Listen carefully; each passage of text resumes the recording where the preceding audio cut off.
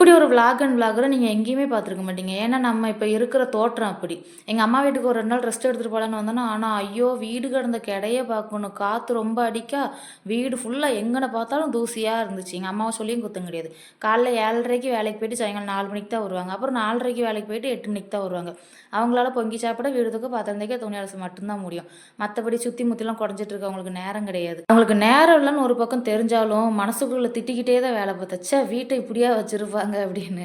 ஏன்னா, எனக்கு வீடு இப்படி கிடந்த உடனே நைட்லாம் தூக்கமே வரல. மறுநாள் காலைல எந்திச்சு கிளீன் பண்ண ஆரம்பிச்சுட்டேன். கிச்சன்ல நல்ல பாத்திரம் ஃபுல்லா தூசி. அத ஃபுல்லா பெரக்கி கழுவி போட்டு கிச்சன ஃபுல்லா கிளீன் பண்ணிட்டு, இந்த ஃபேன் கலர் மட்டும் ஒயிட் கலர்ல வாங்கவே கூடாது. அது இப்ப தொடச்சு வச்சா மறுநாள் காலையிலேயே கரியாயி போய் நிக்கும்.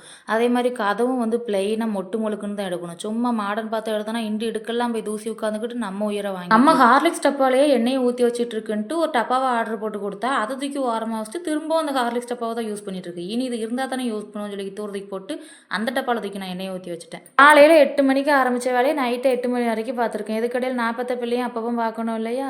இந்த வீடியோ பிடிச்சிருந்தா லைக் பண்ணுங்க, ஷேர் பண்ணுங்க, மறக்காம சப்ஸ்கிரைப் பண்ணிருங்க.